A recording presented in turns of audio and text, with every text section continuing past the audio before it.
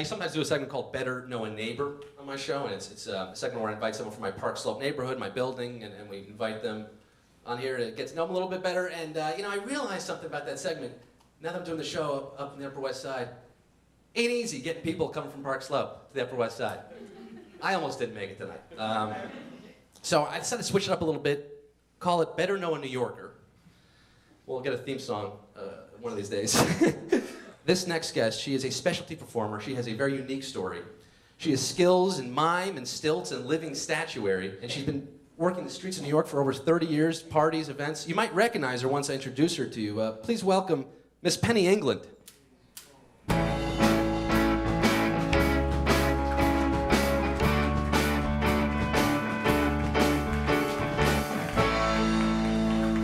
Miss Penny England. Oh my God, you've been here this whole time?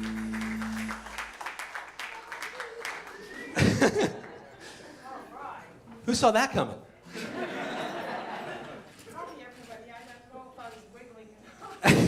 Well, that is very difficult, what you're doing there. You just froze for about 15, 20 minutes. That is incredible. You are a living statue. This is what you do. Amongst other things. I met you at a party, I should say. You were posed as Lady Liberty at the time. I walked out of an elevator.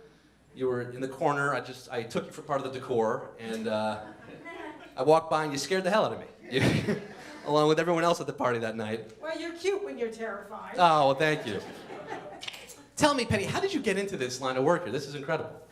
Well, I was always kind of a hammy kid and had parents that encouraged my creativity and just started sewing. I was a gymnast and dance major, and I moved to New York in 1980, wanted to be the next Marcel Marceau. Just went on from there and learned stilts. And I wish Dad encouraged my creativity a little more. I tried to encourage you to stand still for an hour and a half. That would have been shut up, right? Let's see some of these pictures of your early miming days in New York, because you've been doing this for 30-something years? Yeah, I think, well, I started doing mime when I was 18 as a professional, so next year will be my 40th anniversary of a professional mime. Yeah. Wow. Yeah. Marty, do you have those pictures back there? We just click it forward. There you go. This is early Penny. That's like 1982, where I had my platinum blonde faux hawk. And back then, yeah, it was very bendy. Back then, I had a crew cut. That's how I celebrated the bicentennial. Everybody was having long hair, so I got a crew cut. And that was down in Battery Park, and the term was feed the kitty, so I made this papier-mâché cat so you could put the money in. And this was before South Street Seaport. There was nothing down there. And the vendors became my friends, and they would, a street person or something was bothering me, they'd come over, but the cops were the funniest. They would come by and try to make me laugh. And I'd be standing there. And the only time I ever cracked up was this cop had been over to the water and he caught a fish. He's walking by with this bucket of fish. He sticks it in his mouth and the fish is going like this, and I lost it. Was there a lot of harassment back then? On the not street? so much. The early days. 80s, the economy was good. People would put $1. You could buy something with $1 in the 80s. And then, now this is my current work. This is the Statue of Serenity. I have over 100 costumes and about 12 living statues. So you design all these costumes up, which is another incredible part of it. This is Titania, Queen of the Fairies from Midsummer Night's Dream. And you can take the wings off if you don't want the wings. And that's in J.CREW. That was my latest claim to fame. Commercial work out of this. Yeah, they hired me, and we shot it in May, and it was absolutely gorgeous. And cherry blossoms everywhere, but it was back to school, so we couldn't be anywhere near a cherry tree. We had that's by Bethesda. And this is Halloween. Yes, I do a mummy, and really, this is Central Park.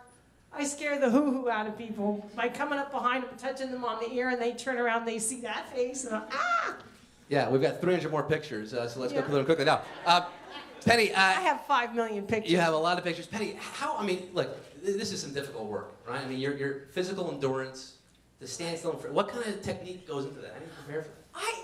I was doing living statue back in junior high before I even knew what it was. I would go to parties and I would, quote unquote, zone out. And every The game was to try to get me to blink and move. I can't imagine that. And it was like, and I was doing living statue without even knowing I was doing it. But I was taking mime. I did take mime in school. I had an election as a senior, and they said, well, do you want driver's ed or do you want to take mime? Thank goodness I decided to take mime. And you took the ALABASTER here tonight. Yeah, I'm telling you. Driving is not my thing. Driver's ed, you don't need that. Nah. No. Not in New York. Not if you're a living statue. That's right. Is it frustrating to think that as good as you'll ever be, you'll never do it better than a chunk of inanimate marble? Well, I don't know. Sometimes I'm plaster of Paris, and there you go. Yeah. No, but my joke when I'm the Statue of Liberty, I say I'm copper. Don't take me for granite. Sorry. You know the style. That's of the best his joke you can hear jokes. tonight, folks. I know. Well, Penny England, it's been a pleasure talking to you and getting to know how these living statues operate. Thank you. I'm sure no one's talked to a living statue before. One more joke for Marty. You know what they say? There's no fool like a gold fool. Sorry, that was bad too. Oh. Penny English is available for parties, bar mitzvahs, corporate gigs. Thank you so much.